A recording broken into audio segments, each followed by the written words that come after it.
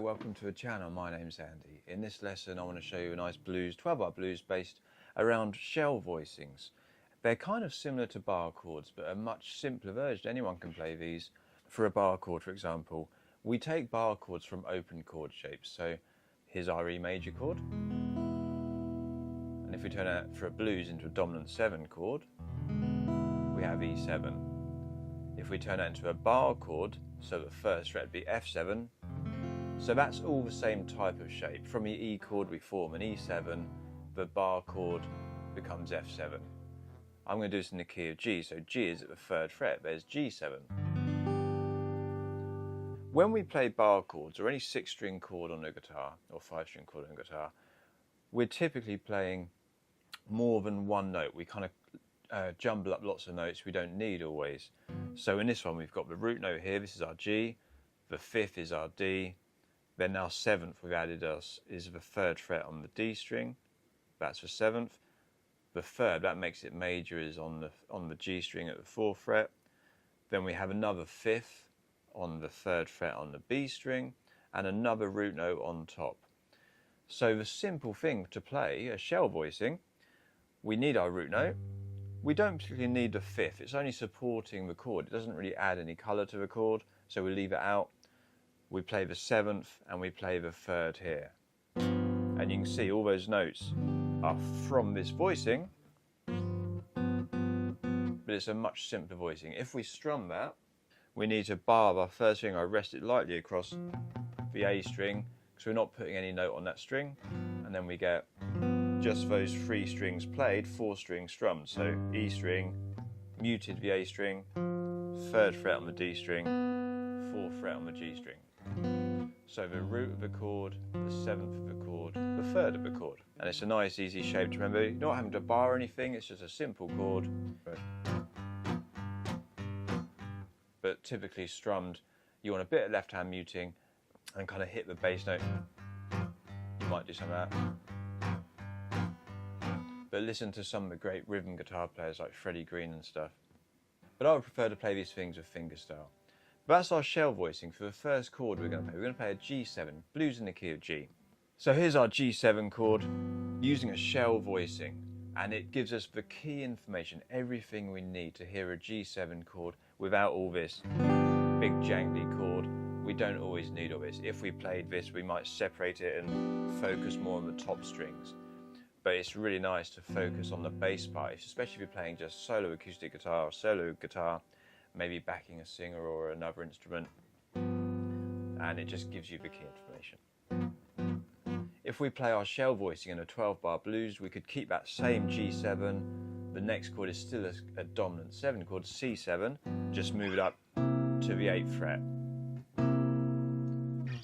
back to our G7, and just keep sliding that shape up and down. D7 at the 10th fret, C7 at the 8th fret, G7 at the 3rd fret.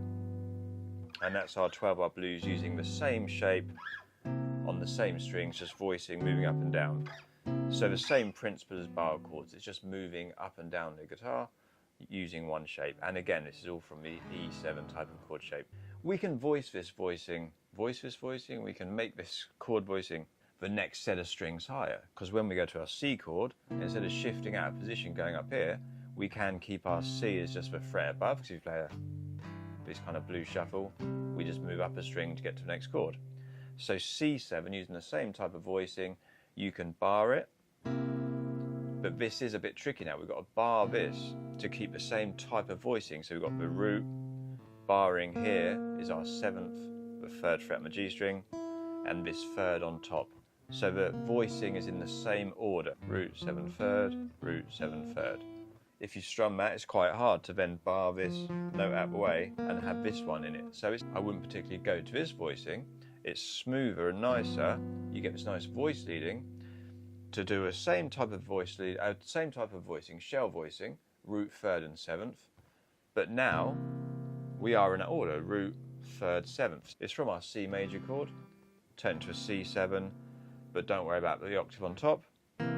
Just play these 3 notes. Then when you move from G7 to C7, you get this lovely voice leading. This note, that was the 3rd of the G7, becomes the 7th of the C7. Also, the note that was the 7th of the G7 becomes the 3rd of the E7. So this part of the chord, just this little diagonal shape on the 2 middle strings, that same shape just moves back, which creates very strong guide tones and leading lines within the chord. So that's why it's nice to go into that shape instead of just shifting everything a string higher. Even though it's correct harmonically, it doesn't sound as interesting. Or go. They're both right, but that's definitely a cooler sound, going back one to that one. So that same shell voicing, it can be the D7 chord as well. It could be, do that one, and then back to there, and then back to there.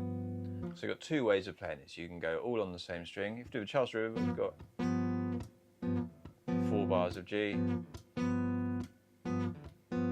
C, 2 bars, D, D, or stay on the same string sets, up to C,